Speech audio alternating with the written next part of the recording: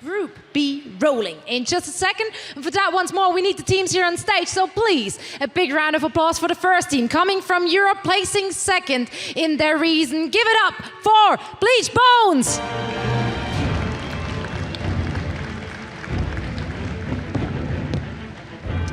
And placing second in their region as well in China, please give it up for the team LKD!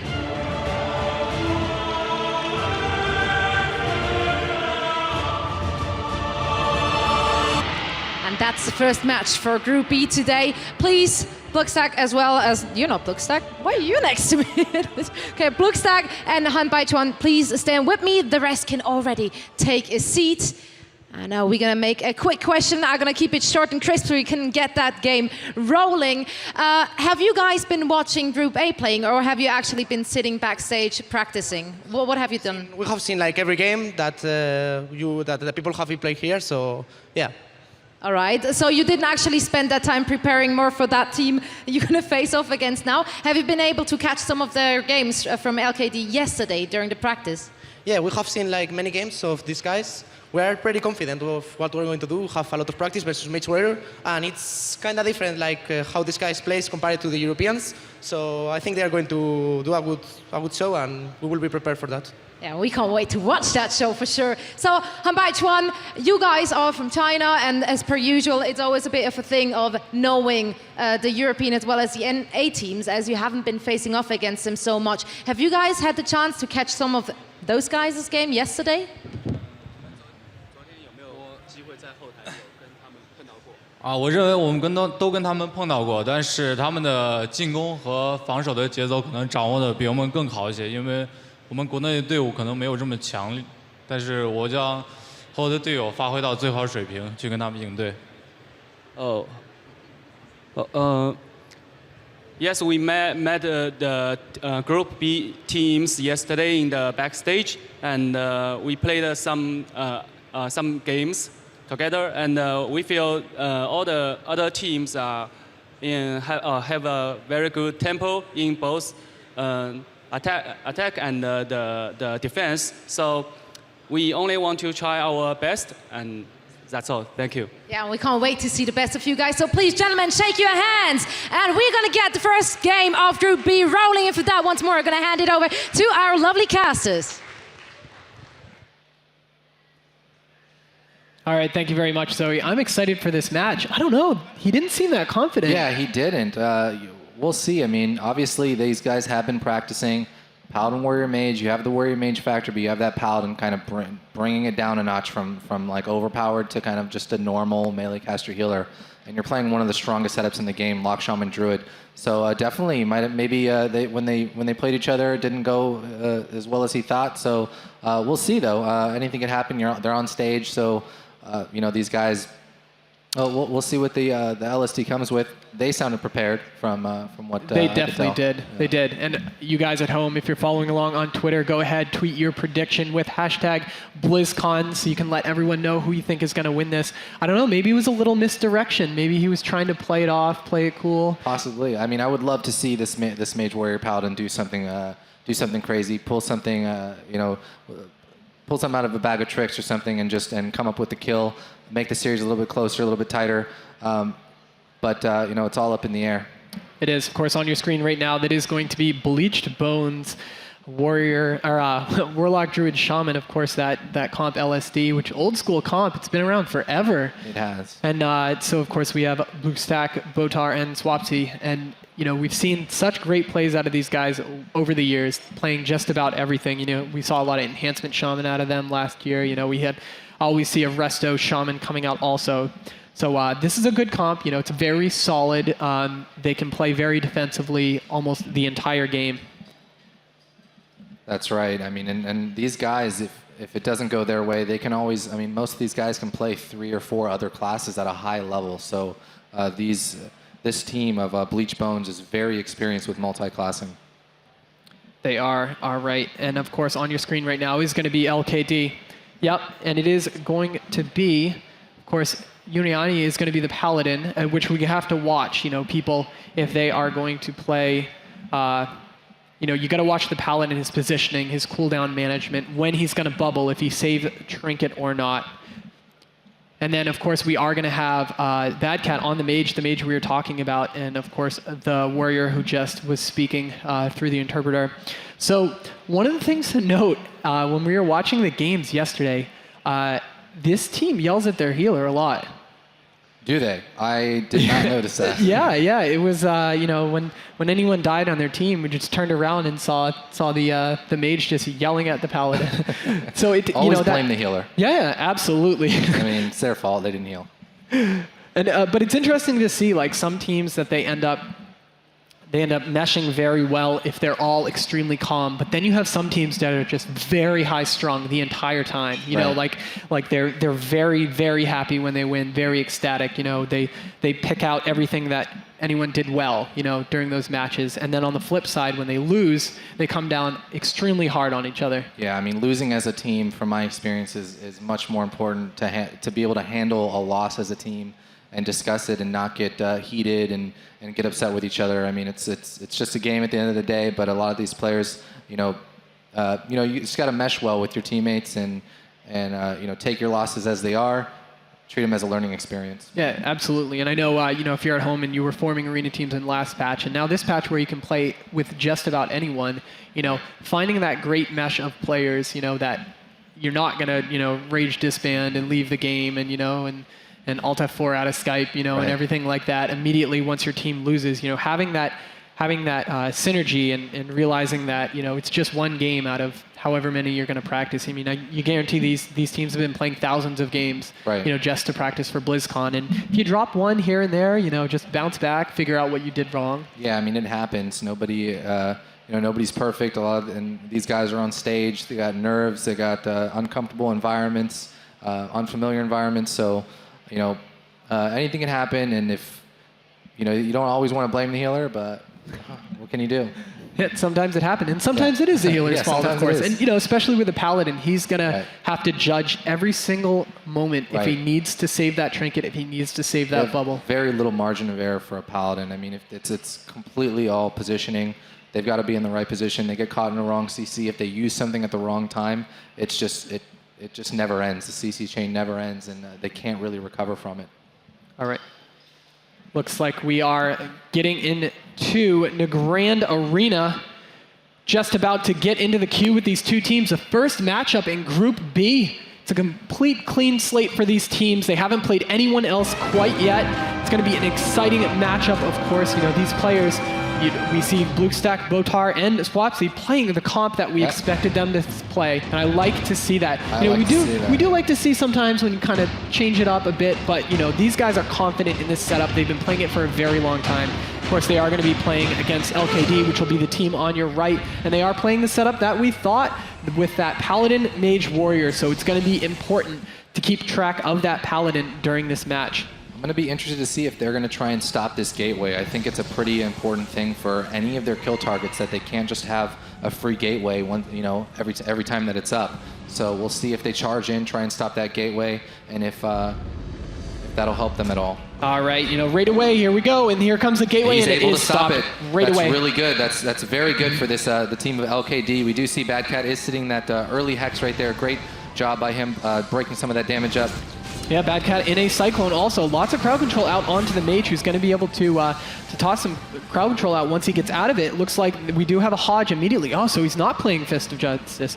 So Swapsy taking that short Hodge as Blizzcon is already going to put timers up and toss dots out on everyone. Although he's being crowd controlled a little bit, having to port away. He definitely was the target of choice by the Warrior. When he does squeeze out that Demonic Gateway right there, that is really clutch for that team. He was able to port and get it with the hasted cast right there off that Demonic Gateway, so they are going to have that option of being able to gate across the map if they need to. And so here's how this team of LKD can be in trouble. Right now, you see the Hand of Purity coming out onto Hanbai, but those Demon Soul dots all over everyone, just taking a lot of damage, as you see. Once the Paladin starts to fall behind, as the Warrior is getting quite low right now, this is getting back in, and he is playing Shockwave this match. Smart idea against these casters, as the Paladin hasn't had to really use too much as we see his Guardian comes out. There we go, and Divine Favor. So he is having he is using a lot of cooldowns here. Not a bad move. I mean, he's basically matching the Demon Soul of the other team, the Dark Soul, kind of putting himself in a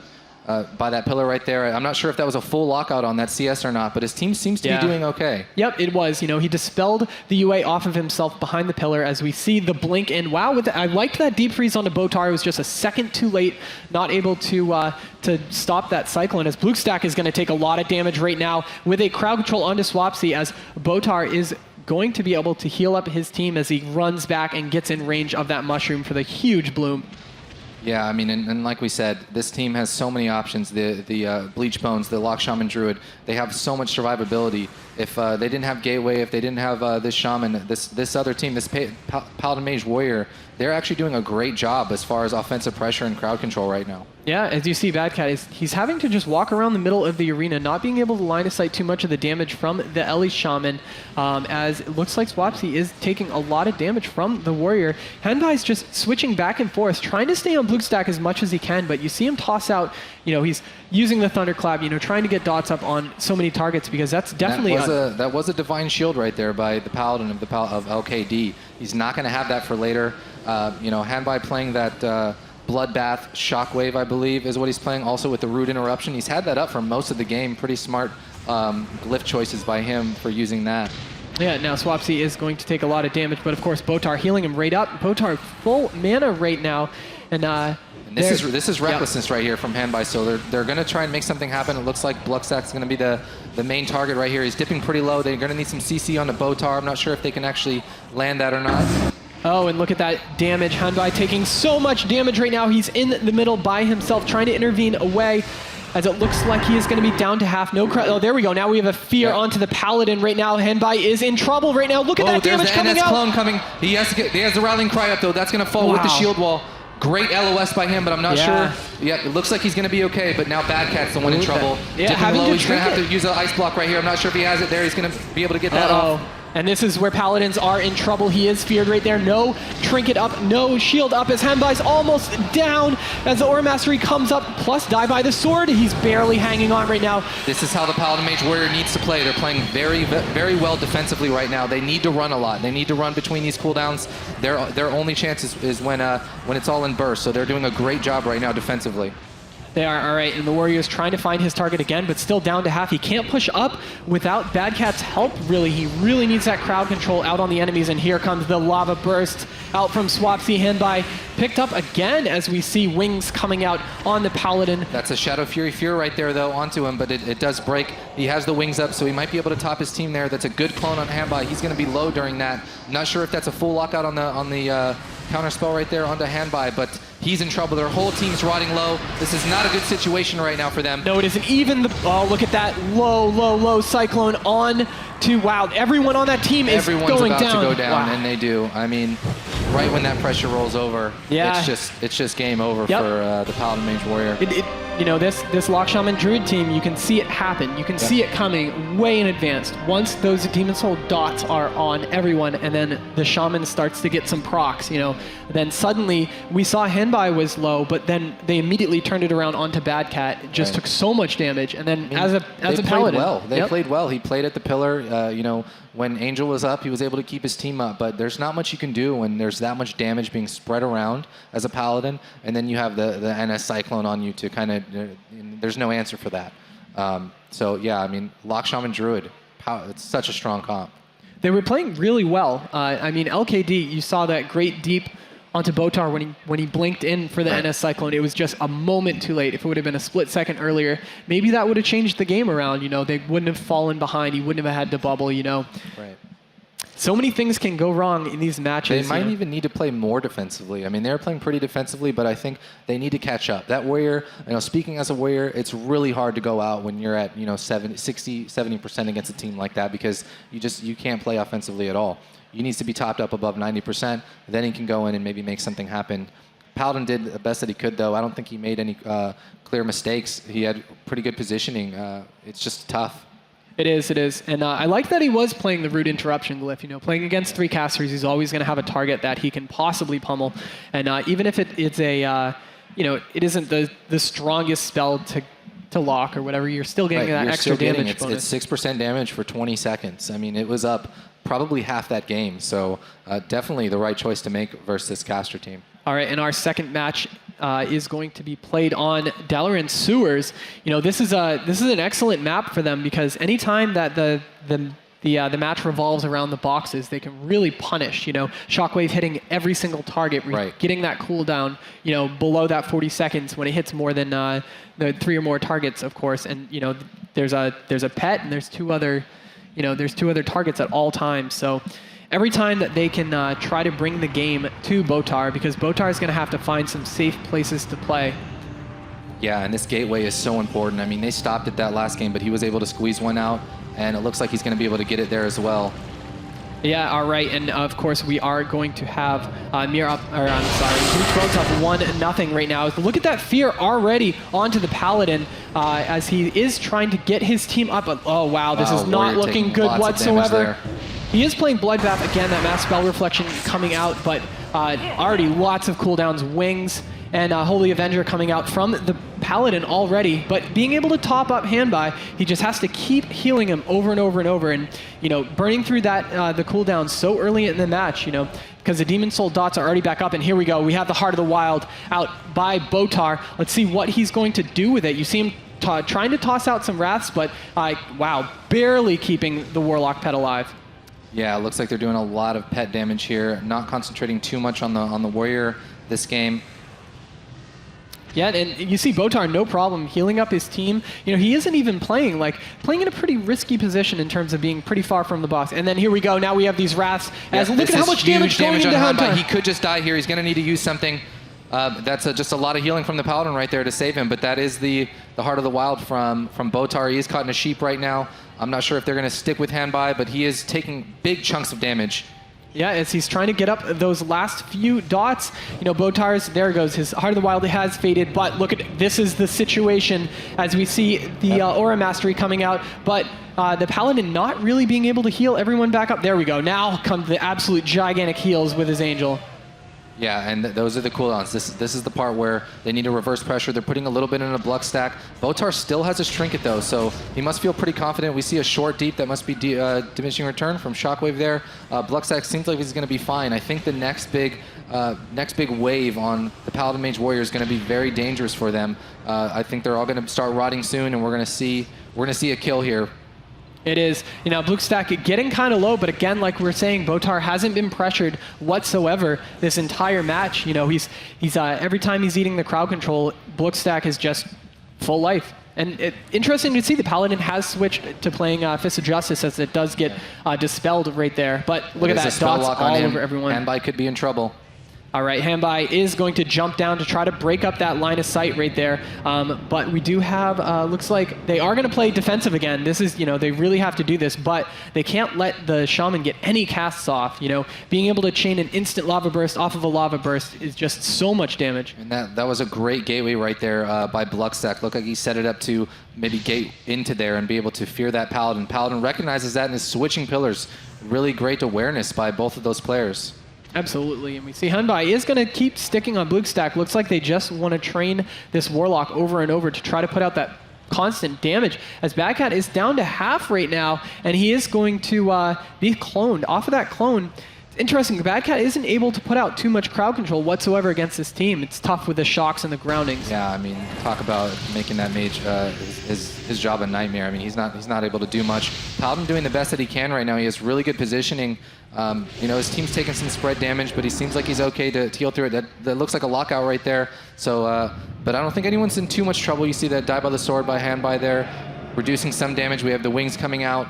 Things are going to be okay for now, but not looking too good. I mean, the Paladin Mage Warrior aren't putting out too much pressure. They need to make something happen. Yeah, I don't know if just training this Warlock is going to work too much. Maybe they want to switch it up on to the Druid or something, because they're not even getting pet kills at this point. Right. Yeah, they are definitely. I mean, they're playing well. They're playing well defensively, but their offensive game is just not. It's not happening. I mean, it's not easy either. It's definitely extremely rough to try and gain momentum versus this team when they have so much survivability. Yeah. And you see they have to constantly be playing defensive once those defensive cooldowns come out by Blizzcon.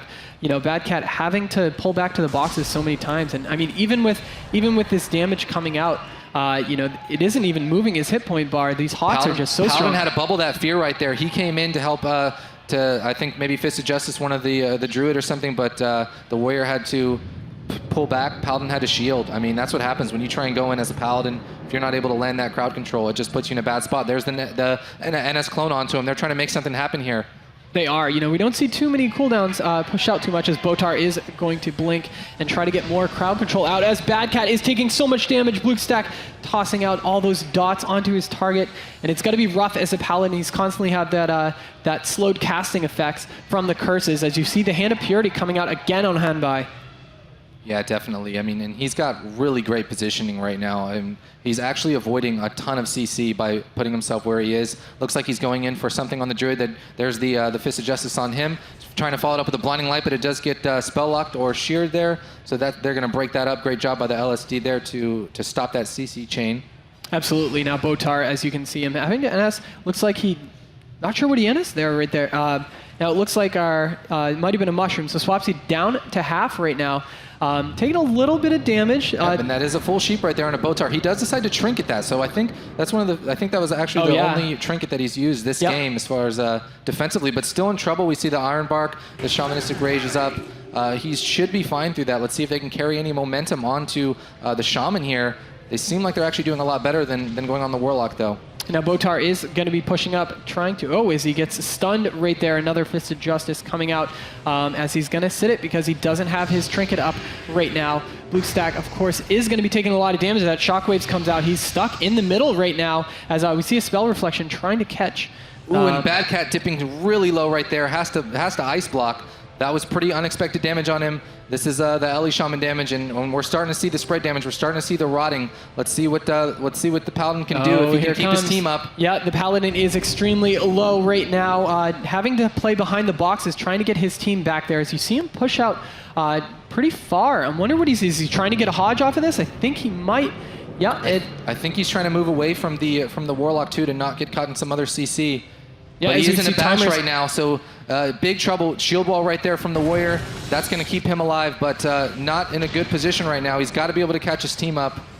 Yeah, he had to push into the Shaman right there, who had Ascendance up. Still has Ascendance up as it just fades, so they pretty much negated most of that Ascension damage, which is very important. However, we see a Trinket out of Unii right there. That Paladin doesn't have a bubble, doesn't have a Trinket. He's in so much trouble right now as Henbai is taking so much damage. He could just die. He's going to go down. Wow. Such a hard situation to deal with. The Warrior was low. He was getting knocked around. Really hard to deal with as a Paladin. It really is. Wow, and Bleached Bones, again, so much damage out of that Shaman. Yeah, I mean, it's crazy. I mean, if they're not on him, they were on the Warlock for a lot of that game. And, you know, you can't imagine, he's just free casting a lot of the game, able to keep his Flame Shocks up, get his procs, and definitely the damage can get pretty out of control. That could be why they started going on him, which they actually had some decent momentum going on him. But again, that Paladin, it's such a hard life, you know, trying to balance everything out. And you know, he just died there, you know, unexpectedly. Yeah, and it's interesting to see the Paladin having to make the choice with dispelling against this Warlock Shaman team, because if you can keep ahead of the Flame Shocks, you know, and kind of balance out how many Flame Shocks he has up at one time, you know, you can kind of reduce your RNG chances where he's just going to launch like 4 lava bursts at you. But it can still happen at any point, you know, and then you run the risk of dispelling that UA, which, you know, Botar had they had it on the entire enemy team the entire time. Yeah, like UA was everywhere. Right, and they played well. The Paladin Mage Warrior absolutely played well. I mean, they're not making bad plays at all. I mean, if anything, the Paladin had pretty good positioning for the majority of the game, avoiding CC. Didn't get caught in too much stuff. We saw the Trinket at the end. It was a good Trinket. No real mistakes. It's just really hard to overcome that amount of damage. So LKD was able to choose this map and the map before. Of course, they chose Dalaran Sewers. It was a smart play. They were able to use that ring defensively every time that they pulled back a lot. And they've chosen Ruins of Lordaeron, and I'm not sure what to think about this pick. Yeah, that's going to put the Paladin in a bad spot. I mean, he has nowhere to go. He's either going to be sitting in the room and he needs to come out to heal, or, you know, everyone's going to have to retreat back to the room, or they're going to try and take the tomb, which might be their best bet. and maybe just try and pillar around those fears. Yeah, I mean, they're going to, of course, stopping the gateway on this map is extremely hard, for that warrior. If he's going to be pushing up, as long as there's any sort of crowd control on him, whether it be like an NS clone right from the start, Right. it's tough. Maybe we'll see him like flying in with spell reflection up, expecting. It's extremely hard to stop it. I mean, you can cast it out of line of sight on those steps right there, and it's pretty tough to stop. So Yeah. that gateway is going to happen. They might just need to live with it. I think maybe they'll learn from what they did last game and maybe coordinate some more stuff onto Swapsy and make him the primary target. Maybe shut his damage down a little bit. Yeah, training the Warlock just didn't seem to do anything last match. I mean, there was a couple moments when the pet almost died, but I mean, when you're basing this entire match off of making sure that your Paladin is going to have the cooldowns necessary to keep people alive, and then, I don't know, it's tough. Of course, that gateway does get off immediately. Let's see how the Warrior is going to handle the start of this, because this is going to be a rough situation for him. As you can see, they're trying to grab the tomb, but they still have to push up for that warrior to be able to do damage, and this is what's going to happen. This Lock Shaman Druid. We see a PvP trinket out of Badcat there. I think he may have trinketed early fear, probably trying to utilize all his cooldowns. Blucksack does trinket there as well, taking a little bit of damage, not too much CC onto Botar though. Both teams just kind of retreating back. Paladin running in, uses his trinket. This is Ascendance. I mean, both these teams are actually going pretty crazy right now. We might see a really early kill, but both teams just kind of mirroring each other's cooldowns, trying to match offensive cooldowns, defensive cooldowns. Yeah, as you can see, the Paladin, sitting really far back, having to Wings and Holy Avenger. Badcat, of course, taking a lot of damage from that Shaman. Oh, as he's going to Temporal Shield, so he's going to heal back a bunch of that damage right there. Aura Mastery comes out as he's able to spam out that Poly. Botar is counterspelled also. So Bluestack is definitely the target again as he gets disarmed. So we have the Paladin who's going to try to keep his team up right now. Hasn't had to bubble yet, but he did have to trinket a little while ago, so he's not going to have that active. Right, as you can see him cycle through the second set of cooldowns right there, having that Angel out with Divine Favor as Badcat. That's a good offensive clone right there. Was. That's going to keep him low. These are Angel heals right here. These are the heals. This is the time when he has to heal, and if he's in a Cyclone, he's not able to do that. Again, doing a good job sitting at the pillar, trying to avoid CC. Does get spell locked or shocked there. So Badcat's going to be in a little bit of trouble. You see a lot of damage on him. Yeah, this Paladin is getting locked pretty much constantly. It's a rough time because he had those few seconds where he couldn't cast. Look at the hit point bars. He just rots down from all that dot damage. Definitely. And again, the LSD looking solid. I mean, not dropping too low. Bluckstack's going down to about 70%. He's in a stun right now. We see a sheep onto Swappy, full fear onto Botar. Trying to do a little bit of cross CC there, which is good. But again, one of them just trinketed and he was able to tremor him out of it. Not able to make much happen with that. Yeah, and they can play defensive whenever they want. Of course, Bleach Bones being able to play the entire starting room and having that gateway, as the point of mobility. As we see a block come out from Badcat, his pet is also dead. This is not looking quite well for LKD on this map. Definitely not. I mean, Botar still has his trinket up. They're just playing very passively, very confidently. We see the bash onto the Paladin there, into a full fear. Very nice. He is going to trinket that, so he's not going to have that available. But again, we see a good root onto him too. He's going to be stuck over there. This LSD playing very well with their cooldowns, locking that Paladin out. Yeah, and the Paladin is falling so far behind as he gets cycloned. Half cyclone right there as Henbai is almost, he's going to be killed through this. This is crazy amount of damage. Those dots coming up, and we don't see too many casts quite yet. That's another spell lock right there onto the Paladin. I mean, he's going to be in big trouble here. Hanbai's feared. I'm not sure if he's going to be able to get his cooldowns off. Badcat's low. Their whole team's dipping pretty low. You see the mage, Badcat, is trying to split up the damage. He's putting a lot of sheeps on a Swappy, trying to break up their damage a lot. He's doing actually a good job. They're playing well. They just have to play too defensively through this. They really do, as we see that shockwave come out, but it didn't do too much as they are going to go on Bluestack, and this is actually a decent amount of damage. No cooldowns out of Henbai, though. He forced them to port back. He didn't really use anything, so that's good. At this point, though, that ring, I like this ring. Oh, it wasn't a full ring. That would have been a great ring right there, as Badcat that was his second block right there, so he's going to be in trouble if he gets switched to, and I don't think he has a pet still. That is a full sheep onto Botar. Bluckstack does not have a port up for a few, but Again, at Warlock, he's been real tanky the last couple games. I don't know if they're going to be able to score a kill on him.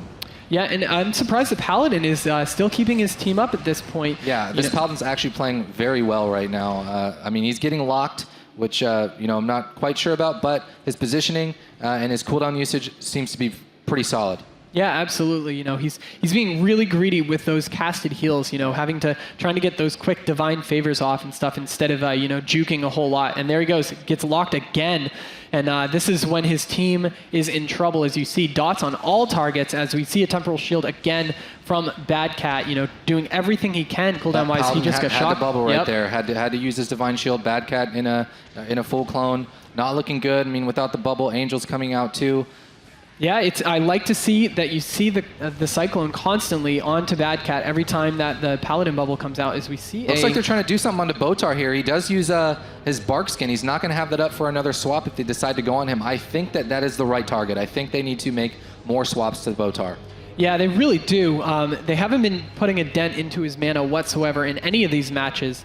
And Blizzcon, it's a good target that they can sit on constantly, with that warrior damage. But, if Botar's not pressured, there's no point, as Botar is in a full deep, followed by a full poly, still has his trinket and not choose it. He's just going to sit straight through this, as Blizzcon has an orb on him, so he is going to be taking a lot of damage. But again, look at that, sitting through the poly completely, followed by a fear. This is a good crowd control chain. This is a good crowd control. It does get tremored there, though. That again, that's what makes a difference right there. Having that one extra break, it really just breaks up a lot of the damage. Something that could have been a lot of momentum gained just completely gets negated.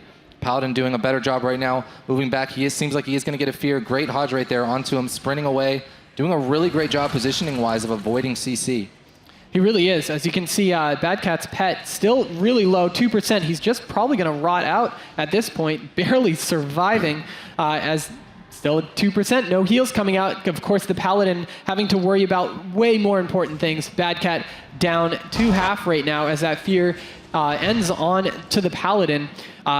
He's playing way in the back right now. They didn't do a great job of taking over the tomb. Of course, the Warlock is going to be camping on top of that. And that stops the Paladin from having his way, playing on top of that, using that for LOS. Interesting thing to note is that, they went on Botar. We called it about a minute ago. They got Barkskin. They got him to 50%. They haven't touched him since. Yeah. I really feel like, I know they're under a lot of pressure, but I feel like they need to kind of coordinate getting themselves back topped again and then making those swaps to him without Barkskin. Yeah, this is rough because Henbai isn't able to push up because they are playing across the tomb. I don't know about this positioning, especially with a Paladin. He knows he has to sit back, so he's not... Henbai dipping very low right now, even through Stormlash. heals. All right, and the Stormlash Totem coming out. They're trying to get the massive amount of damage as you see Rally, Shield, everything coming out from that warrior defensive-wise. Whoa, and Bad Cat dipping really low. Might need a block. Gets the block at 5,000 health. Wow, that was crazy. Very close. Yeah, and the Paladin does have his trinket back up, so he'll be able to break the next CC chain that starts on him. But maybe this was the right call to play pretty far back. But it means that every time, there we go, every gateway away, it just completely stops all offensive pressure. There's Seems the like full fear again onto Botar. Does get tremored out. They're trying to make something happen on Swapsy here. Henbai has Recklessness up right now. He's trying to make something happen onto Swapsy. His Nature's Guardian procs right there as he is getting kind of low. Botar still has his trinket up. NS, we see NS coming out. But Swapsy's still not getting healed up to full as he is stunned by that shockwave. Yep, and Botar's going to be sitting that deep right here, but he's going to there's not too much follow-up with CC right now. He's on Sheep DR. There's no fear up right now. This is where Swapsy is vulnerable, but Botar's not in any crowd control danger at all. Now, actually, if this game continues to go on longer, it actually might play into the favor of LKD. Of course, we are about 8 minutes in, so that dampening has already kicked in. It's probably at about like 8% right now, 9%, maybe 10%. So that's a large amount of extra healing that the Druid has to deal with. Yeah, definitely. And the Paladin on LKD is not doing too well mana-wise here. Really struggling, but doing an impressive job of keeping his team up through all of this. It's extremely extremely rough. Yeah, he can't really dispel this dot damage without worrying about dying himself. And of course, Swapsy taking a lot of damage again, but every single time that he is focused, he's just running away as look at the dot damage as the die by the sword comes out. A fear onto Hanbai. The Paladin is trying to play max range right now, which means Hanbai isn't able to push up as offensive as he would like to. Oh, and the Paladin could just go down here. Oh, Huge wow. damage, spiking him low. He's going to try and get the cast off. He has to cast. He gets locked. Again. He goes down. Such a good job. I mean, he's really playing a really great game, but just gets overwhelmed, and they just catch him into a quick silence, and he just goes down. And that's it, yeah. Bleach Bones just doing a great job right there. Wow, and those damage numbers, warrior damage.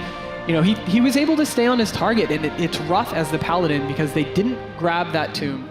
Yeah, exactly. I mean, the Paladin had it. We saw him. He was moving back towards the room a lot. They initially grabbed the tomb, but he moved off of that, which he really had no other choice. Otherwise, he was going to be eating a lot more CC. But yeah, it gives Hanbai a much more difficult time to try and get in their face, do damage. He's having to go to defensive a lot, not able to put out as much pressure if he's not topped off all the time. Yeah, especially where they were going on Blitzcon a lot. You know, his damage received was way higher than Swapsy and Botar. You know, they switched it up, and like you said, I wanted to see more switches onto the Druid. Right. I think you know, maybe if they go back and watch the VODs, they might regret that of not going on him. I mean, they got the cooldown that they needed when they went on him, and they didn't do it again. I mean, sometimes you just got to realize, you know, who's a viable kill target and who isn't. When you're putting all this CC into one target, like. They have good setup on that Warlock, but they can't finish. It's got too many cooldowns. Yeah, and one of the things to note, if you're at home and you're used to playing your comp a certain way, and you know that, let's say you are playing Rogue Mage Priest, you know exactly how your opener has to happen every time on like CC the healer, you know, kill a DPS.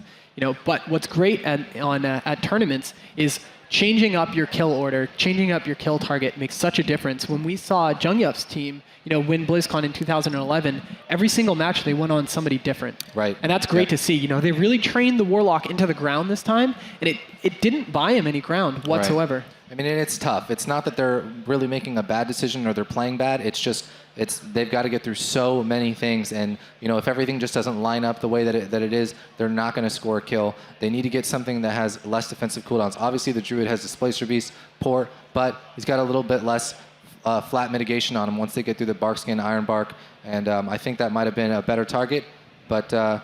You know, that's a 3-0 for, or is that 2-0? Bleachbone. Yeah, that was a 3-0. So, you know, there were some interesting choices. I don't know about Runes of Lordaeron as a map choice on that. I think that it showed right towards the end where the Paladin couldn't push up. It meant that Bad Cat couldn't push up, and his warrior had to play on the corner of the tomb.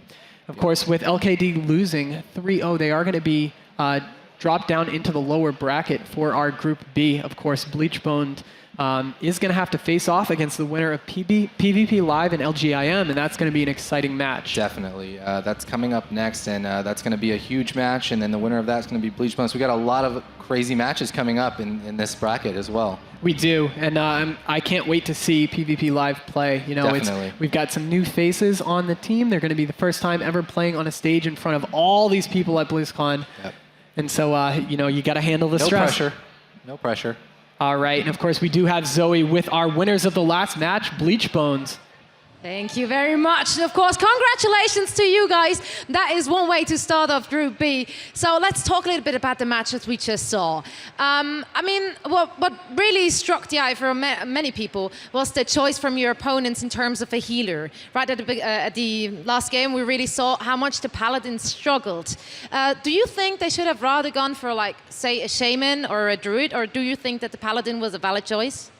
Paladin is always a right choice, a decent choice, but obviously versus LSD, you can't count on like the heals on the Paladin, because most of the time the Paladin is just getting tongues and getting CS on cast. So I think the best choice in general is Druid, because Druid Warrior Mage is like, Photon is like the best comp in game actually, and even Shaman versus LSD should work better than Paladin. But it was really a pleasure to watch you playing that LSD. It looked so solid. So you showed the confidence in the first match. Now PvP Live or LGIM could potentially be your next opponents. How confident are you going up against either of those teams? Well, we are always confident enough, but probably the PvP Live is going to be one of the strongest teams we're going to face. And LGIM is a decent team. We're confident that we will do a good show with LSD or other comp. We are not afraid of them at all, and yeah, we're just gonna win 3-0. All right, 2-0. Well, we can't wait to see the next game of you guys. So we let you go into a well-deserved break. Thanks a lot for joining me for the interview, and once more, congratulations. We are going to go in a quick break as well, and afterwards, we're back with PvP Live going up against LGIM. Don't go anywhere. We'll be right back.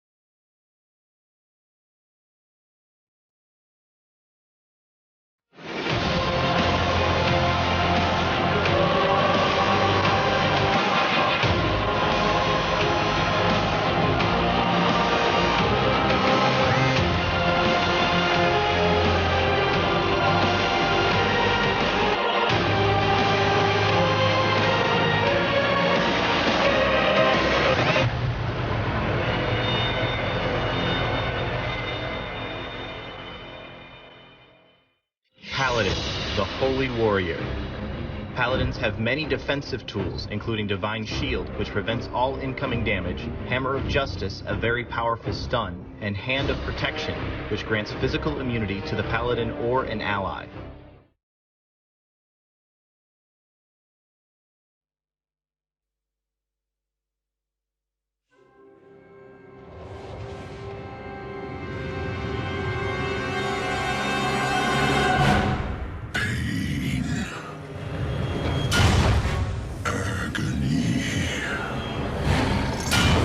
Hatred burns through the cavernous deeps.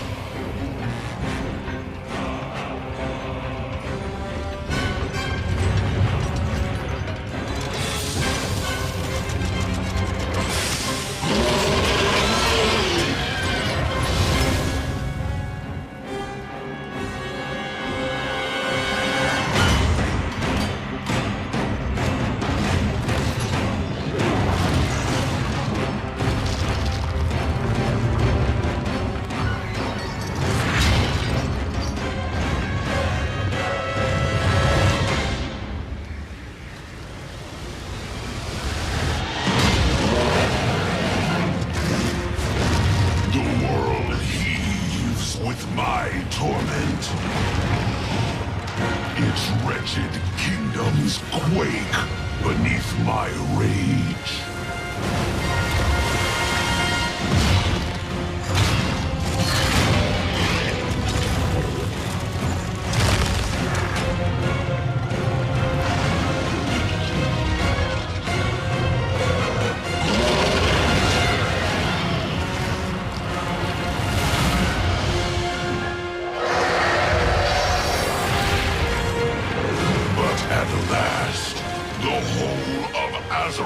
Will break, and all will burn beneath the shadow of my wings.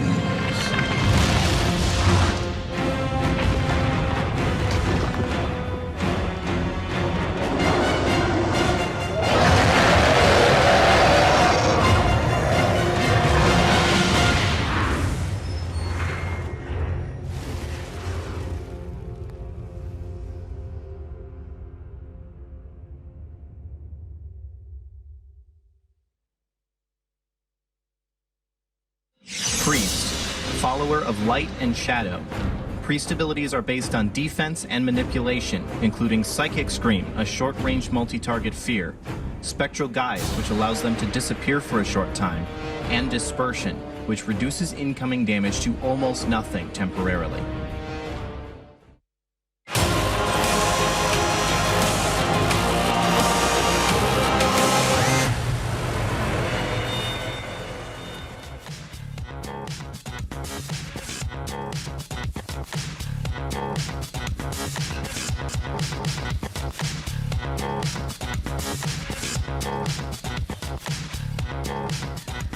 What is up, everybody? Welcome back to Blizzcon 2013. I am Isaac Azael Cummings-Bentley, joined once again with my buddy. We got Josh Allen, aka Lore here. How What's you up? doing? I'm doing good. I'm doing good. Been seeing some amazing arena matches lately. I don't know about you. You know, I've seen a couple. You know, it's not too bad. We're doing pretty well here. Hoping for some closer matches here. Hopefully, you know, this upcoming match is going to provide that for us. You know, Definitely. This is definitely what we had highlighted as, well, at least for myself, as the first round matchup that's the most interesting out of either group. So I think this is a very competitive match that we're going to be heading into. It is going to be LGIM going up against PvP Live, so it should be pretty sick. But before we get to that, we are going to take a little look at the tournament format for those of us who have just tuned in now. You know, maybe they missed it, maybe they're in the washroom. So anyway, we do have teams randomly seeded into the 2 groups of 4. We had the double elim bracket for both of those groups as well. The top 2 teams going to be moving on into the semifinals tomorrow, where they will be competing in a single elimination bracket. All matches are going to be best of 5 starting on the Grand Arena, and it will be then losers pick format. And time limit's 15 minutes. Dampening kicks in at 5. Haven't hit a time limit yet. and gotta say I'm happy about that. Yeah, it's been really, really great to see these matches ending in kills. It's always a little bit disappointing when the time runs out and it's like, oh, what if the match had gone on for a little bit longer? Who would have won? Who would have lost? You never know. In this case, that hasn't happened once. All of these matches have ended with a decisive victory from at least one of the teams. Yeah, I mean, it's a little bit anticlimactic when it ends on a timeout and things like that. So this is a lot more fun. And I like the system, I have to say. It's been working out quite well. So far, I think we're doing pretty well on our predictions and stuff. Mir didn't put up as much of a fight against Skillcapped as I thought they were going to, but overall, we were pretty much right on who got out of Group A. So far, things are kind of looking par for the course in Group B as well. And we are going to check out that Group B bracket, show you guys exactly what's been going on there so far. We are just kind of kicking off Group B. We're only one match in, but you can get an idea of who the teams are and what all you're going to see today, because we are finishing out all of Group B today, I do believe, and just the semis and the finals are going to be tomorrow. So it is going to be Bleach Bones having taken down LKD. And I mean, honestly, that series, it was another kind of clean sweep, but there was some really, really close calls. And I think that, had they really changed up their strategy a little bit, I think they could have done better. Jared and Adam were talking about going for the Druid.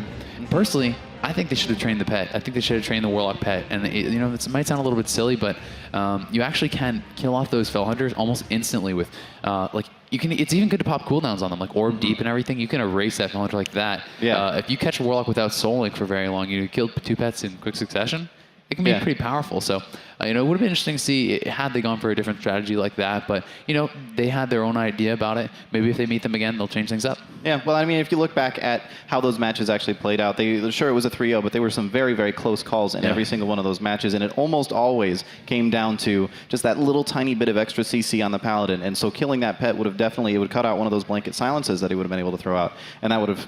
I don't know that it would have made the difference overall, but it definitely would have helped quite a bit. I have to say, not only were they blanket silences, but Fluxac was pretty much landing every single spell lock.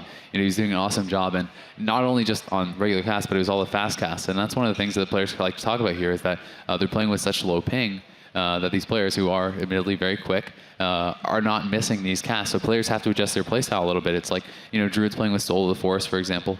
A lot of times on live servers, they just don't even bother to fake because with latency, you have Soul of Forest clones. It's so fast that most people are just going to straight up miss it. Here, you're playing a higher caliber of player. You're playing players with next to no latency. And it puts you in a position where you have to rethink that. Maybe you should be faking that, even the fast casts and things like that. So it's definitely something that maybe he'll want to adjust moving forward. But, credit to Blizzcon for being able to land those.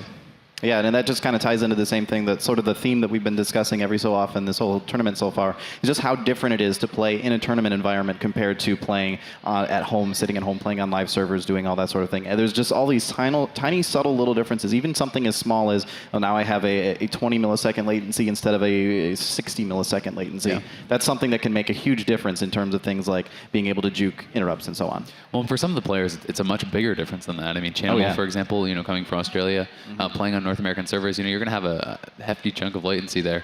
And, and a lot of players, even for myself, I play on Tichondrius. It's a Southwest server, and I'm in Northeast, I'm in Canada, so it's on East Coast Canada. So it's like, even for someone like me who plays, on North American and North American, you have a fair bit of latency, and that's the case for a lot of the players here. So, it can be a pretty big difference, it's kind of cool to see. A lot of players actually say when they first start playing with good latency, it's actually harder. It's weird because it's like, when you have enough latency, for example, you can clip cast, you can stop the cast before it actually finishes on the bar because that little bit of delay means that it's already going through. Yeah. So like Chanimal was saying how, he's trying to lay down his port and he keeps moving before cast is finished because he thinks it's going to finish, and it's just like interrupting himself over and over, So it's just little things like that, and but he's like, whoa, now that I'm used to it, it's so easy to spell lock people. Like, this is great. This is whatever, this is how it's supposed to be. So it's interesting to see, the adjustments and how all that stuff does go down. But, these little things can make such a big difference like we talked about.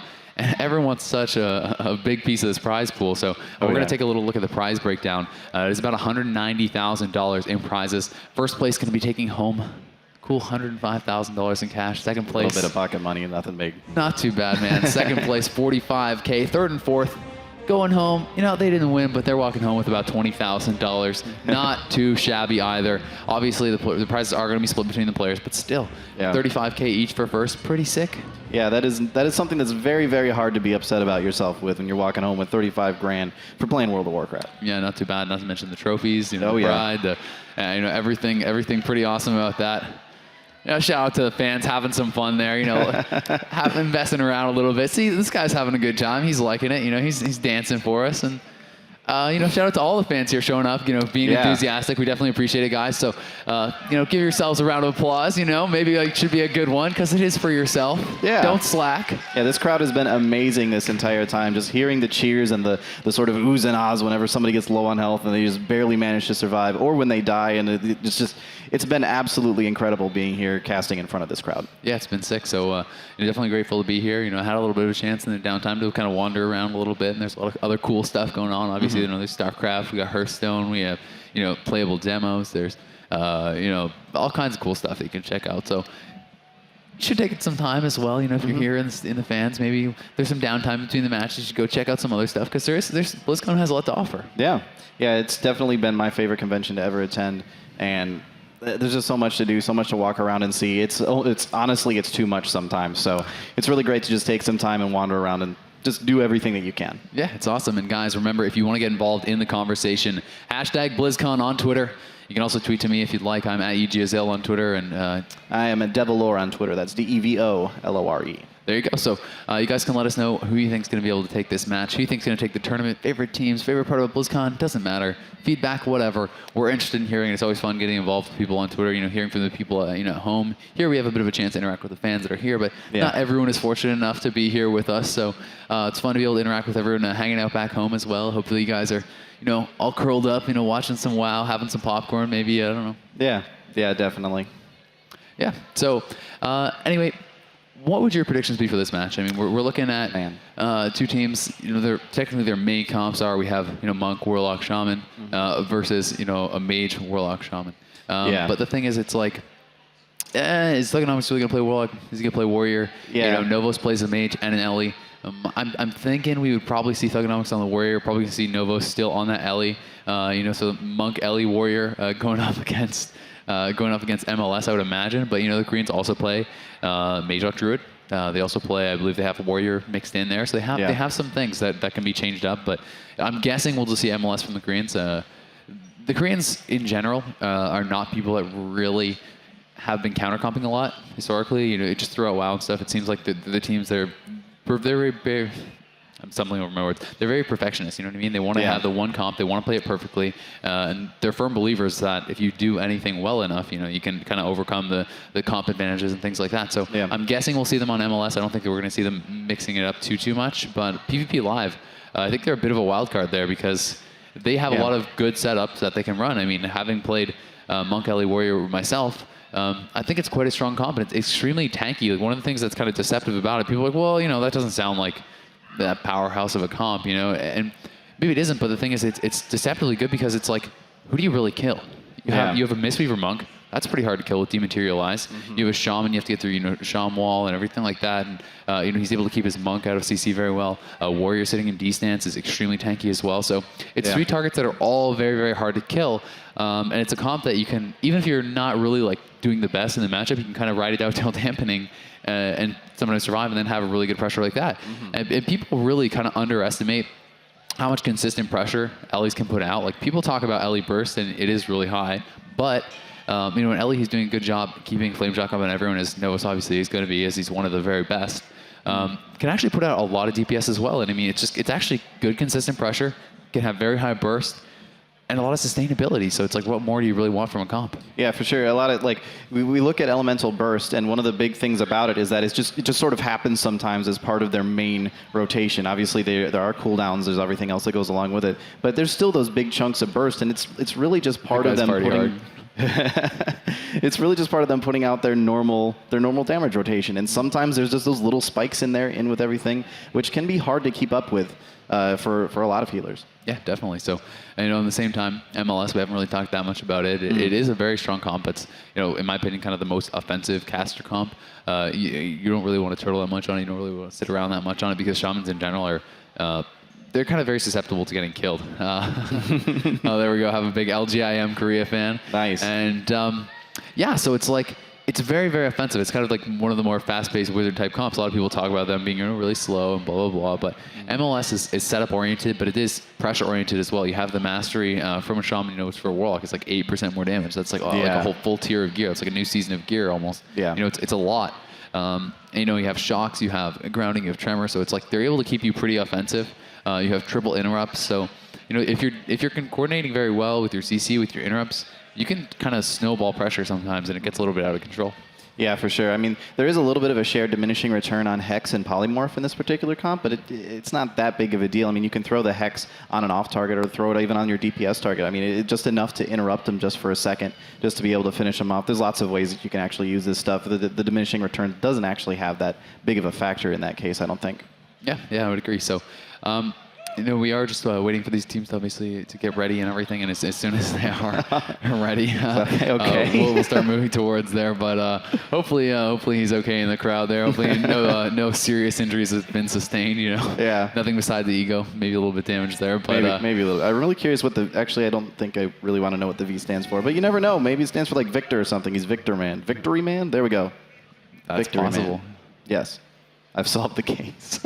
But, we've chatted enough. I'm sure you guys are sick of our faces. So we're going to head over to Zoe at the stage for the team introductions. Thank you very much, guys. And I'm now pleased to introduce to you our next two teams to go up against each other. And we're going to start with the ones on their home turf from North America, placing second in their region. Please, a warm applause for PvP Live.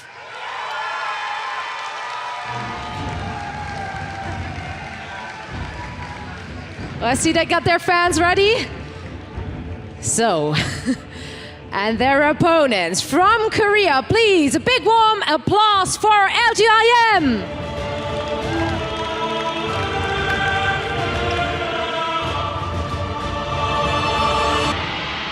And that's going to be the next match in Group B. So please, Novos as well as Avengers, stay with me. The others, please take your seat on your desks. And we're going to ask you some quick questions before we get that game rolling. Let's start with you, Novos. A lot of people have heard of your opponents. A lot of people would peg them as one of the teams who could potentially cause an upset. What is your opinion on that Korean team? Definitely not something to underestimate. I mean, Korean teams have been top 4 in every single Blizzcon at this point. But we're pretty confident against their comp, so I'm not really that worried. Well, we can't wait to see how it's going to play out for you. So let's look at the other side. Avenger, you made yourself a name throughout the whole wide world. People know you. People know your team now as well. How confident are you? 사람들이 이제 당신의 이름을 알고 자기 팀을 이제 넌 세계에 알릴 텐데 얼마나 자신감이 있고 지금 기분이 어떤지. 기분 되게 좋고요. 자신감은 이기고 보여드릴게요. I feel really great, and my confidence is full enough. All right, that's what we want to hear. Gentlemen, please shake hands up here in front. Shaking hands, we practiced that. There we go. Thank you very much. Please take a seat. We're going to get that second game, no, the first game of that match going. And for that, I'm going to go over to our casters again. Hey guys, welcome back. Hope you didn't miss us too much. Thank you for those intros, Zoe. And I can't wait, man. I have to say that I am kind of a little bit of a fan of the Korean team. I'm kind of I'm friends with those guys. When I was over in Korea, I got to hang out with the Avenger. He's a really nice guy, and he's been to Blizzcon a couple times. I'm hoping that he does well. He said, like, they're so nice. I just want them to do well. Yeah, for sure. I mean, LGIM is a name that's been like throughout esports for ages now. Yeah. Like they're just well known at being very, very, very, very serious about like practice and just doing incredibly well and everything. And it's hard to ever like look at any team that has LGIM attached to it and go, oh yeah, whatever. It's just no, it's LGIM. Like they take this sort of thing very seriously. Yeah, definitely. And on that note, we are going to check out who the players on these teams are. With PvP Live up first, the second place team from North America. We're going to have Novos on the Shaman, Danny Carey playing the Monk, and Thugonomics on the Warlock. Yeah, it's very interesting that Danny Carey, not only the only monk in the tournament, but also playing Mistweaver. It's going to be really, really interesting to see how he matches up with everyone else. That's a class that we really just haven't seen a whole lot of people doing a whole lot with, but Danny Carey is obviously making it work. Yeah, definitely. You do see a lot more people these days playing it, but more as kind of like a secondary healer, as an option that's very strong against cleaves. But without further ado, we are going to introduce the first place South Korean team. It is LGIM. We have Avenger playing the mage, Shotki on the shaman, and Nuker going to be holding it down on the warlock. Yeah, and one interesting thing to point out there is that Nuker on the Warlock is actually new to this team. Avenger and Shotki have played together a lot in the past, but they did have to pick up a new Warlock in the relatively recent past, I believe. Yep. So it's actually kind of interesting because both teams are kind of doing like that. Like Thugonomics and Novos have played together a lot in the past, but Danny Carey is a relative newcomer as well. So both teams are two veterans and a newcomer. Yeah, for sure. I mean, Adukin, big shoes to fill there for Nuker. We'll see how he's going to be able to do. Adukin, in my opinion, is the best Destro lock, or at least he was. I'm not sure if he's still playing, but he kind of just dominated that spec. He was extremely impressive, and the coordination that LGIM showed at BWC in China was incredible. They were very, very, very good. And, in my opinion, playing kind of Destro was the much weaker spec compared to Demo, but they made it work, and you could see they made it work because they were so damn good at it. So it was definitely impressive, and it'll be interesting to see if Destro comes out at all from Nuker. I don't think it will. In my opinion right now, I feel like Affliction is by far the best of the three specs. It's the most competitive, it's the most consistent, so I don't think we'll see that, but it is a possibility with Mage Warlock. You can sometimes play it because there's strategies that you can play. It's a very different play style. It's much less pressure-based as the Warlock, in my opinion. You have to do things like you save up your flags, you don't use them for backdraft, you wait for deep freeze, and you can't count on getting that cast bolt off. It's so hard to get off with all the interrupts out there. So you have to play it more like you put out the deep freeze, you demon soul, you pop your trinket, double can flag, backflash, fell flames. You hope they get into Shadowburn range, because if someone's in Shadowburn range, you can they're dead. Oh yeah. With the demon soul up, if that crits, you're done. There's almost no living it. So yeah, that is a lot of damage that can go out in a hurry on anybody that's underneath 20% from a Destro Warlock. And I believe I actually saw some Thugonomics on his stream not too long ago playing Destro a little bit as well. I don't know if he's planning on doing any of that today. Like you were saying earlier, it's a lot more likely that he'll play as Warrior for this, but I don't know, maybe it's a possibility as well. It's definitely possible. I mean, he has played a lot of Destro. He's definitely more known for his strength as a Destro Warlock rather than UA. He really kind of stuck to Destro for a long time. Yeah. But with the change to Kill Jaden's Cunning, it became a lot harder to get those Chaos Bolts off. Without the run cast, it's a lot more difficult. And Destro is kind of an interesting spec because, in my opinion, it's a spec that it kind of gets worse the higher rated you get. So it's like, I could be playing with a couple of friends playing Destro, relatively low rating. And it seems incredibly powerful. You're like, wow, because you're just like two-shotting people, and people aren't really adept at using their cooldowns at the right time. They're not getting the interrupts off or avoiding the Chaos Bolts, things like that. But the higher rated you get, the better players get at recognizing Demon Soul instantly. You get MCS, you get Sheep, you get LOS, you get Pummeled, you get Stunned, whatever it is, they're going to spam. Every team freaks out when a Destro lock Demon Souls and they shut you down. So it becomes very, very hard to get that off, especially without the run cast. Because with run cast, at least there's little tricks you could do. Like, for example, you're standing by a pillar, you pop out, start the run cast, go back behind the pillar, and then right before it's about to go off, you pop back out and it goes off. So you can't be interrupted really very easily there. So there are some little ticks and things like that, or if someone's going around the pillar, you can kind of chase them with it, but can't do that anymore. So, as a result, it has become a lot less popular. But it's not without its merits. As we said, Mage Burst plus Destro throwing it a little bit can get them into Shadowburn range, and that's really all you need. Yeah, it's definitely a very high risk, high reward play style. If you get off the Chaos Bolt, then that's a ton of damage that just went out. It's just very, very hard to actually cast the thing. Yeah, it definitely is. So, we'll have to look out for that, but I would expect it to just be Frost Affliction. I think that's pretty standard. It's it's very strong, and it's probably going to be what they've practiced more than anything by far. So, really, the big question here is just what. Is Novos and Thugonomics and Danny Carey going to play? Because, they could do Mage, they could do Ellie, they could do Warrior, they could do Warlock. So, as I said, I think it's going to be Ellie, I think it's going to be Warrior, but there are no guarantees. Yeah, that Ellie, Warrior, and Monk combo, it's just, like, sort of throwing the Monk in there, it sort of messes with the whole synergy of things a little bit for the other team. Like, what do you do with the Monk? Do you try and chase him down? He's just going to roll all over the place. He's got so many CC breaks and everything as well. Like, it's actually really hard to lock down a Monk. So what do you do with that? Do you go after the Warrior? Do you go after the Elemental? Like, what exactly do you do in that case? Yeah, it's definitely a hard decision. And one of the kind of unique things about Monks is They're actually one of the strongest offensive healers, just with Jade Lightning. It's actually Crackling Jade Lightning, I guess it is. Oh, yeah. It does actually a ton of damage. And also, Blackout Kick and stuff like that, if you jab before it, you get that buff. You can actually do massive Blackout Kicks. So, I mean, that's less common because you have to be right up in there. But, it's definitely not uncommon to see Danny Carey rolling in offensively, getting a leg sweep, using imp hamstring and stuff. I'm not sure exactly what the monk thing is called. Disable. Disable, yeah, because I just always call it imp hamstring. But anyway, but yeah, getting the roots out. They can play very offensively, and it's like, if you get in there, you get a leg sweep, you get a para from behind off a leg sweep. You like on the healer, for example, you can then imp hamstring the DPS or whatever, hold them in LOS for your teammates, and they can be very, very strong offensively. Also, you can play obviously Chi Torpedo and things like that, but Zuan adds a lot of damage as well. So they can be extremely strong. It's almost like a third DPS. Yeah, and it's interesting you bring up leg sweep because that's something that really only came into heavy practice very recently. For a long time, you saw so many people using Ring of Peace instead. And it's weird. It actually got like slightly buffed in 5.4, but still sort of fell off a little bit. So it's interesting to see how that is just sort of like a metagame shift that's gone on. As time has gone on, people go, the stun is just actually more useful than the silence or whatever. Yeah, well, and one of the big issues was just they changed how DRs worked with Ring of Peace. So it's like Ring of Peace DR'd with itself, and last patch it hadn't. So that's one of the big real issues with it. But it can still be strong in some situations. It just depends on what kind of a comp you're playing. If you're playing a stun heavy comp, it still sometimes can be very useful.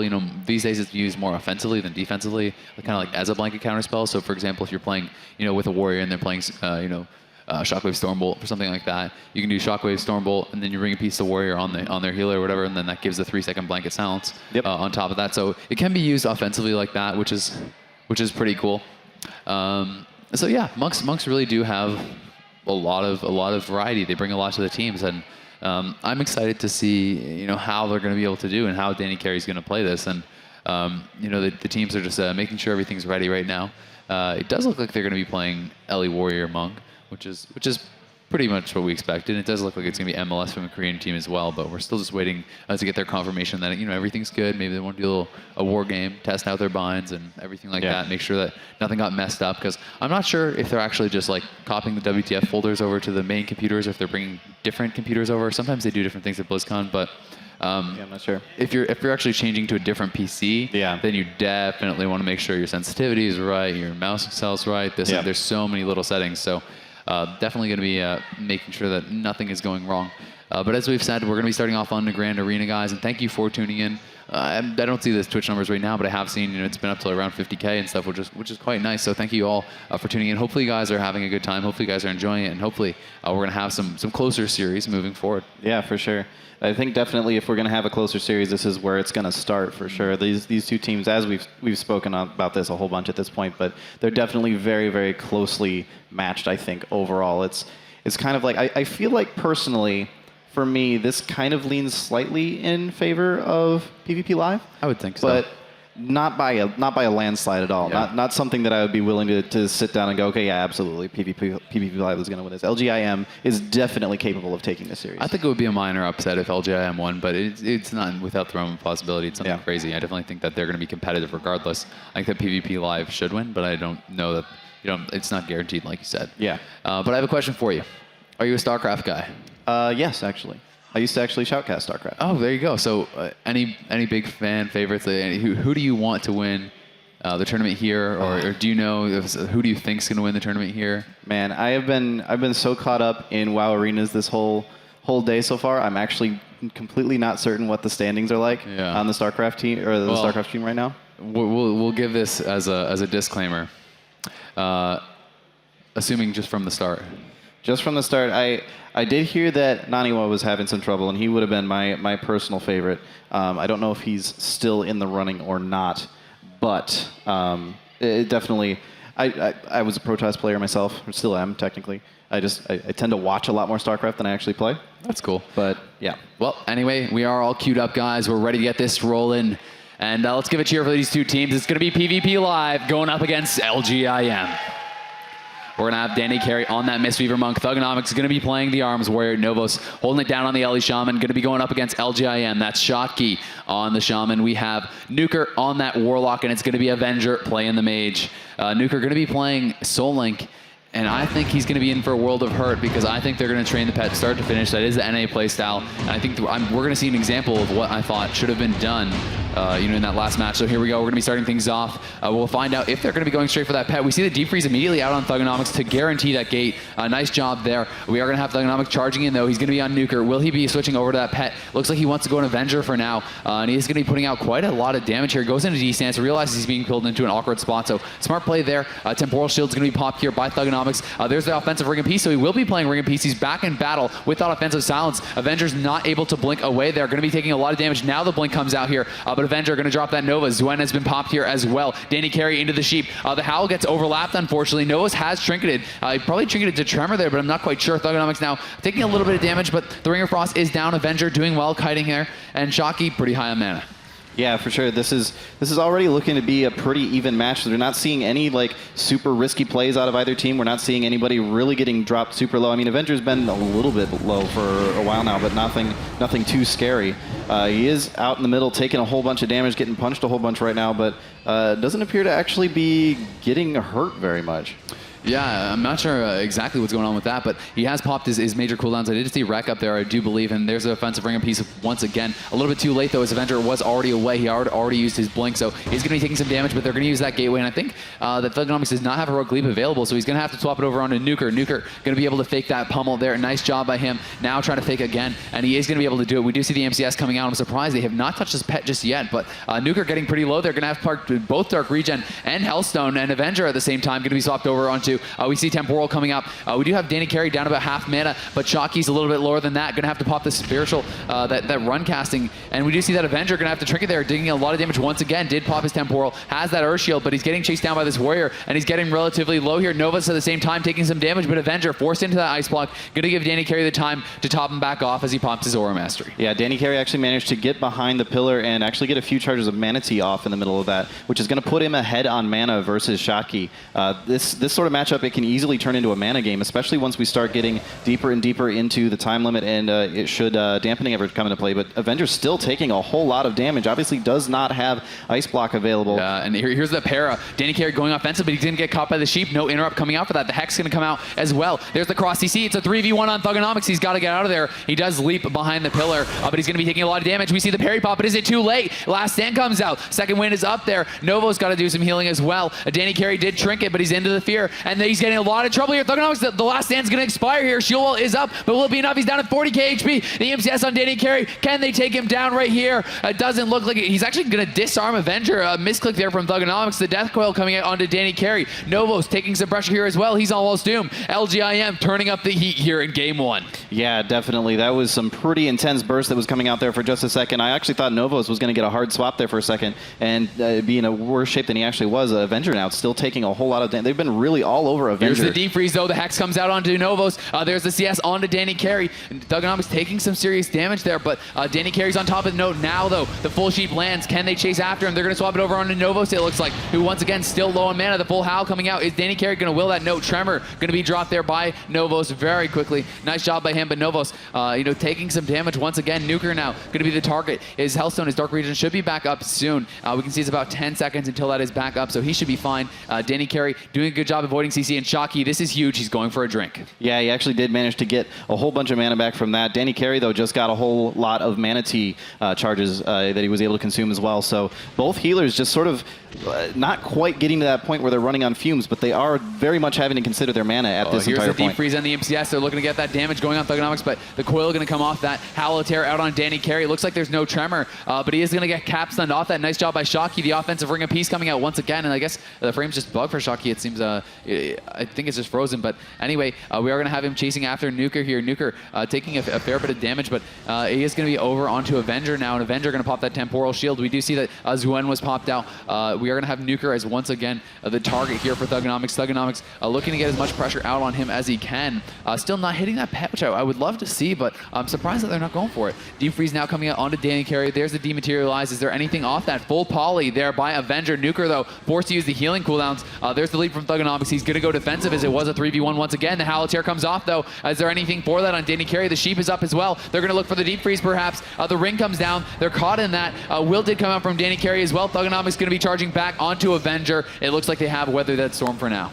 Yeah, and we are just about to hit the 5-minute mark in this game, so dampening will begin to start ramping up here very, very shortly. And that's going to make a huge difference here because these teams have both been just sort of holding on by a thread at several points in this match already. Yep, and Avenger now looking to get the damage going on to Novos. Novos still low mana, but he seems to be fine, and a big heal just lands there on Avenger from Shocky, keeping him out of that ice block. They're doing a good job so far, but look at the damage on Novos, down to 200k. The Sheep is out onto Danny Carey. They're trying to put the pressure back onto Avenger, though, turn things around here. Thugonomics, though, it could be in a little bit of trouble. Is the deep freeze going to come out? It looks like it may, as he is getting rotted down quite a bit, and he's chasing in pretty deep here. The Lava Burst coming out, though, onto Avenger, and he does have these icicles saved up, so is he going to gate out, or is he going to go for the kill? We'll have to find out here. Danny Carey doing a good job keeping his team topped off. He is a little bit low on mana, but he does have some T, and you are going to see his mana going back up as a result of that. Avenger, though, down to 130k. He's in the Shockwave. Is he going to gate out of here? No, he has to ice block. Yeah, that was a good ice block there, I think, overall. His healer is almost out of mana. He needs to do anything he can to just avoid taking those scary amounts of damage and keep his... Shocky's down to under 20k or almost under 20k mana. That's a scary situation for a Resto Shaman to be in. Yeah, there is the fear on Danny Carey. Going to be Tremor, though, once again. Offensive Ring of Peace coming out there. MTS on Novos taking quite a bit of damage here, actually. Novos in some trouble, 200k. There's the all cooldowns being popped here, though, by Thugonomics. AoE Spell Reflect going up for that Sheep. Is he going to be able to get it? Doesn't look like it, but Avenger may just go down. He's going to get out of there. Heroic Leap not available, it seems. He's actually going to charge over to the Water Ellie and then decide better of that. He's going to go back onto Nuker, but he will get Blood Horde. It does look like Danny Carey, getting that mana T, but Shocky, he is and he is hurting on mana. He's got to get a drink off here. He's going to sit down. Are they going to be able to get it off? This is huge. He needs this. They need to defend him, but Thugonomics is trying to get over there, and he is going to get quite a bit of mana back. He gets about 60k back, which is very, very important for them. Yeah, that was a lot of mana that he was able to get back from there. Just were not able to get over there and interrupt that drink in time. Does get another fear out from Thugonomics there, and it looks like our frames are actually having a little bit of an issue here right now. Looks like lots of damage coming in the middle. There's the Spirit Link Totem going out, going to equalize everybody's health, but there's a Frost Orb out there as well. It's a little bit hard to tell exactly what's going on at the moment, but there's so much everything happening everywhere right now. Yeah, there's the coil onto Danny Carey. They need to get that CC out, and they know it. Shocky still maintaining. I think his mana is accurate. I'm not really sure. But anyway, there's the Hex onto Novos. Danny Carey does pop the Will there. We are seeing them to try to go over onto Novos now. And I'm not sure if players are getting lag in game or what exactly is going on here. But anyway, we do see that Nuker once again going to be the target. Thugonomics charging over onto him, going to be back over to that gateway, and they're just going to swap off. You can see the pet getting pretty low there for Nuker. It's down about 10% HP. Hasn't been finished off just yet. Shocky going to throw a heal over onto it. He's actually going to soul burn a new pet, I think before his last one died. So a little bit weird there. But Danny Carey put in the deep freeze. Is there a fear coming off that? Looks like it's going to be a casted fear. He's trying to fake that pummel. He will be able to. The fear is going to land on Danny Carey. Has no will, has no trinket, but he is going to get tremored there by Novos. Novos going to be MCS. A little bit too late to deny that tremor. Avenger now down to about half HP. Para comes out onto Shocky, who has gotten a lot of mana, but look at Avenger. He can go down here. He's going to gate out of there by 10,000 HP. Avenger in a lot of trouble. Here comes the Warrior. Execute's going to come in, and Avenger is going to go down. Wow, there were so many cases where Avenger got so low and was able to use that Warlock Portal to get himself to a safe location and stay alive, but it just did not fall through for him that time. He was not able to get far enough away. Thugonomics all over him and just finished him off. Yeah, great job there by PvP Live. Yeah, I mean, they just kind of maintained. It's like I said, it's so hard to finish anyone off on that team. Yeah. LGIM, had some great kill chances there. They almost took down Thugonomics. He was so low. The shield wall was up, but his last stand expired. He went down to about 30, 40k HP. So, if they could have got a little bit more damage out, they would have been able to get that kill. And definitely a very evenly matched series. Yeah, definitely. I was just going to say that myself. Like, we said that this match was probably one of the more evenly matched ones that we had so far. And it definitely looked like it from that game. I mean, sure, it's 1-0, right? It's not exactly over by any stretch of the imagination, but I have a feeling that this one might go on for a little while. Definitely could. I mean, I definitely see this as a pretty back and forth game, and both teams looking very strong. As that dampening did kind of ramp up, the advantage, in my opinion, does go to PvP Live, and they showed that. It starts to get kind of pretty tough on Shocky's mana. He was going he was having to go for drinks, and even when he was standing up, he was having some more trouble healing through that because, MS plus dampening, very, very strong. So the map pick is going to be Runes of Lordaeron here from the MLS, from LGIM, which makes sense. It's a map that they probably feel like they can control the tomb, get a lot of CC on Danny Carey if he wants to play out there in the middle. But the Q has popped. We're inside the game. We're ready to get Game 2 underway. All right, so let's go ahead and get some crowd interaction here. If you want to see PvP Live take another game, give us a cheer. And if you'd like to see LGIM battle back here and take game 2, let's hear it. Not too many Korean fans, man. Yeah, it seems like PvP Live has the majority rule at the moment. Yeah. It would appear so, man. But the gate's going to be opening here any moment. We'll see. If Shocky, Nuker, and Avenger are going to have anything to say about that, I'm sure they'd like to quiet the crowd a little bit. But for now, the hometown boys doing well. Yeah, all right, so here we go, rushing out in there. Let's see if either Warlock is able to get, or if the one Warlock is able to get the gateway off. Yes, he did. He did manage to drop that down right into the middle like that.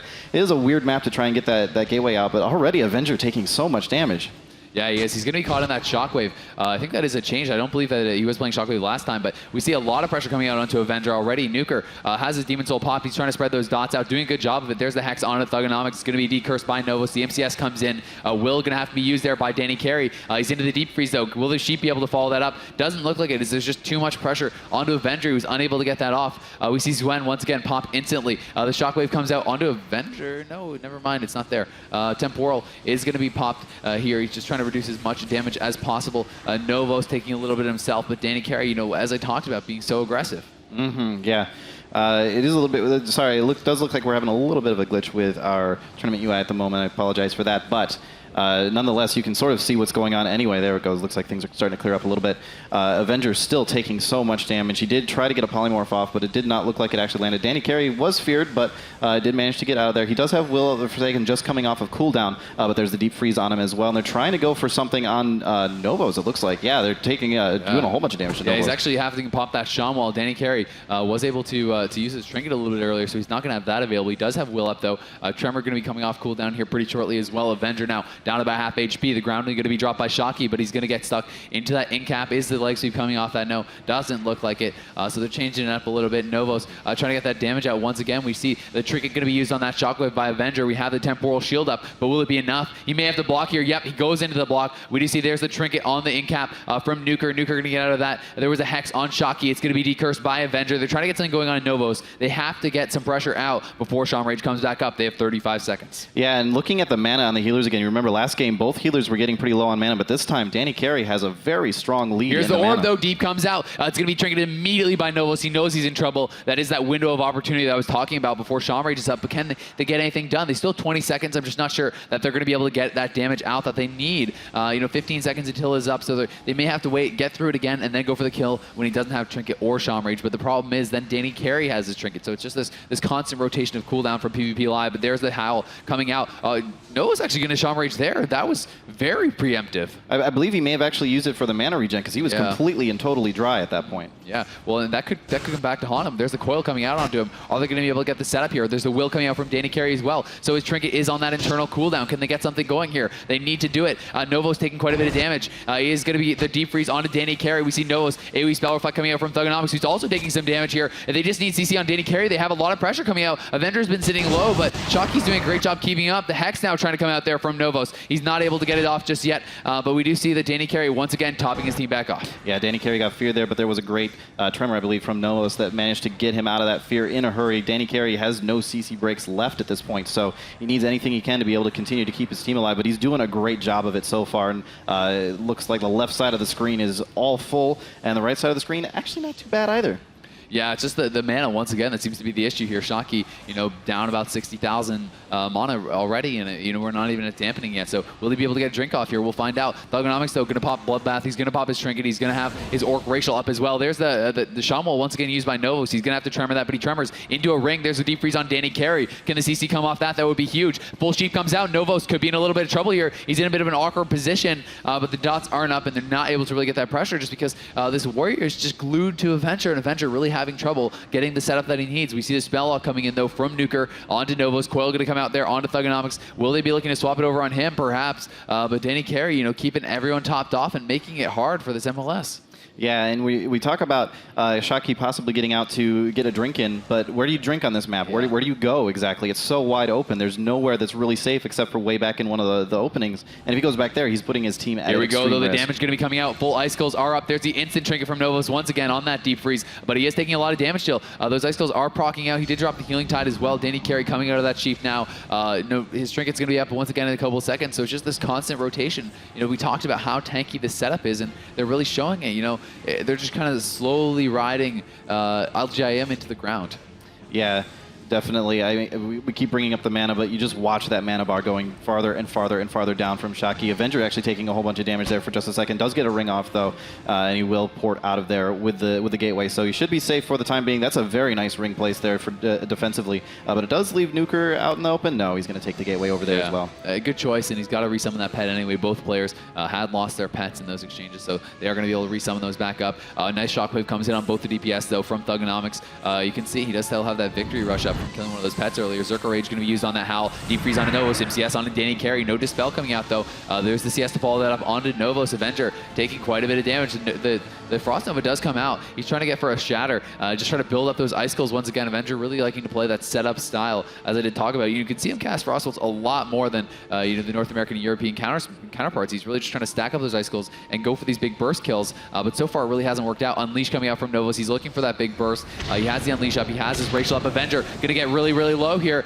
Temporal has been popped, but can they finish him off through it? He's getting a lot of healing from that right now, but Shaki having some trouble topping him back off. He's just constantly sitting at about half HP. There's the Paralyze onto Nuker.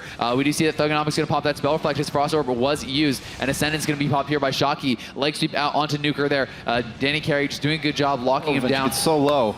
He's so low. He's taking so much damage. Did have to Ice Block, though, once again, and it will survive just a little bit longer.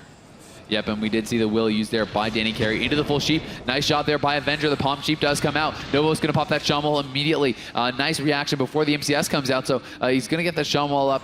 He does have his trinket available once again here, and we are now into that dampening stage. We're at 6 minutes into the match, so it's starting to ramp up a bit. When we start getting a couple more minutes in, it becomes so hard, and you can see Shaki really, his mana really starting to hurt now. Avenger, though, so low here. Gonna have to blink away. Can he get out of there? He's down to 200k HP. He's gonna have to trinket that charge stun. He's trying to get out of there. He does, but can Shaki actually top him back off? He's going for that Ring of Frost. He's going for the Polymorph now. He does fake the interrupt, I do believe. Now he's gonna get pummeled on it.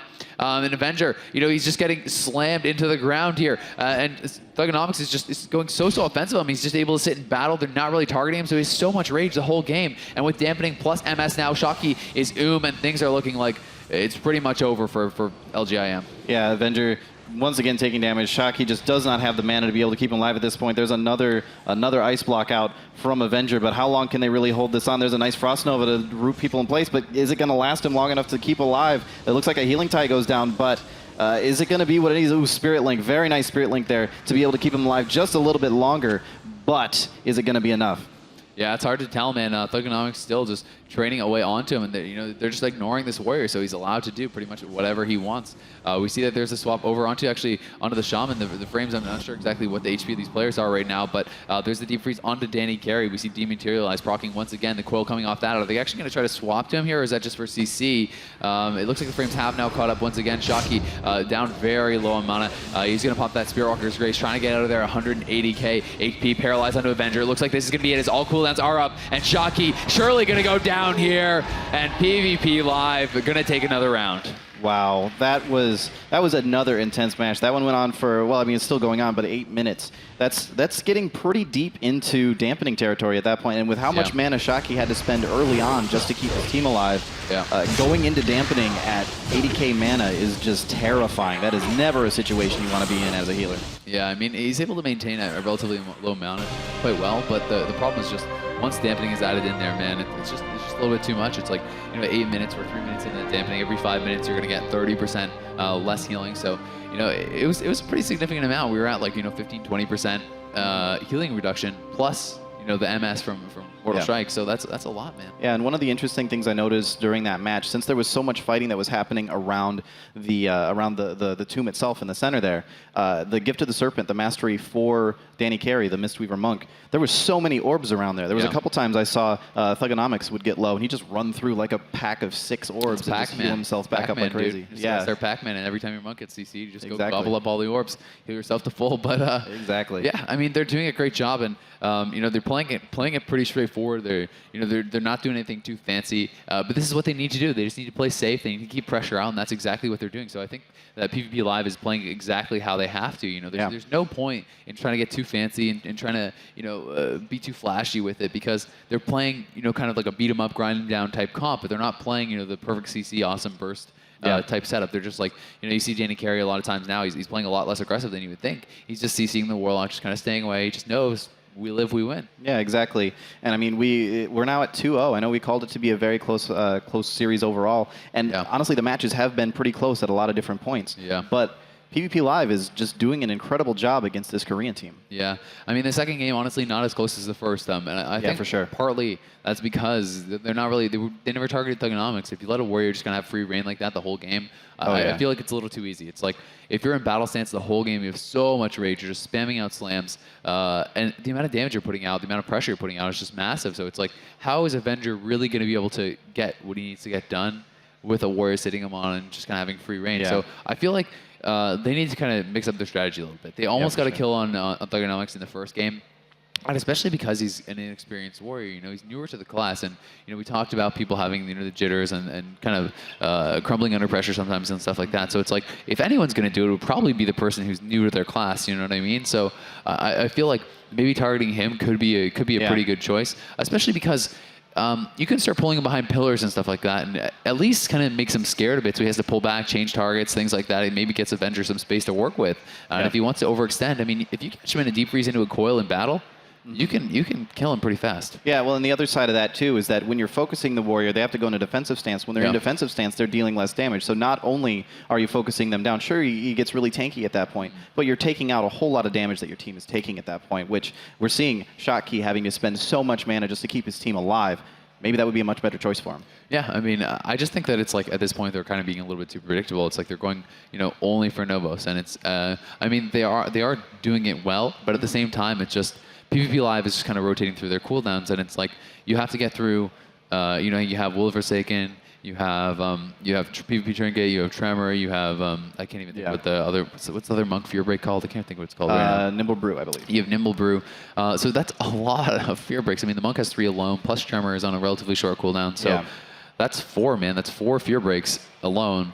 Plus you have Groundings, plus you have Shocks. It's like, there's so many ways to get out of the CC, and they just have to use some cooldowns, and it's like, even when then he has nothing left, or he decides he doesn't want to use it, then Novos can Trinket, Novos can Shaman Rage, and he can use his Healing Tide. They're doing a great job of rotating, and I think the MLS needs to be less predictable and make them kind of question when to use their cooldowns. But anyway, guys, we are all queued up, and the choice is going to be Tolvaron Arena. That's a big spread out arena, so kind of the opposite of what they chose last time. Maybe feeling like now they need to just kind of like spread it out a little bit, capitalize on bad positioning. So we'll see if LGIM is going to be able to start a comeback, or if PvP Live is going to close things out here in Game 3. Yeah, I like Tolvaron Arena a lot. Aside from the fact that it's just kind of pretty, which is it's not important for the game overall, but I like playing in pretty places. But I also like the layout of it with the sort of like asymmetrical pillar rotation. It's really always interesting to see how people actually play it here. And it looks like we're not going to get a gateway out. Yeah, he actually did get charged on that. The deep freeze a split second too late, and that's actually pretty big. And the Death Coil going to get reflected as well. Nice start there for Thugonomics. Has to be frustrating for Nuker. He's actually going to port. Has his Demon Soul up. He goes for the Demon Soul gateway. Nice job. The offensive ring going to be coming down here though. Blade Storm, Bloodbath, all cooldowns being popped here by Thugonomics. He's looking to try to get some huge pressure out. So far, not that effective though. We have the Paralyze out onto Avenger.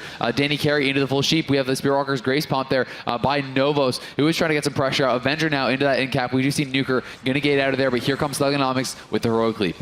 Yeah, and he's just sort of chasing him around all over the place at this point. It looks like he's just able to stick on him like crazy right now, just continually dealing damage as much as possible to Nuker right now. It's a little hard to tell exactly how much is going on at the moment, but it's definitely looking very, very scary. You can see Danny Carey off there in the corner. He's just hiding behind the wall. He doesn't care. He's just going to pop out. Here comes the setup, though. There's the deep freeze onto Danny Carey. They're trying to get this damage rolling. 5 icicles are up here, on Avenger, so he really does want to get that pressure going. The full sheep comes out on Danny Carey. They weren't able to Spell Reflector shock that. There's the orb onto Thugonomics, it looked like, and he was going to be death coiled as well, but not too much coming out there. There was the life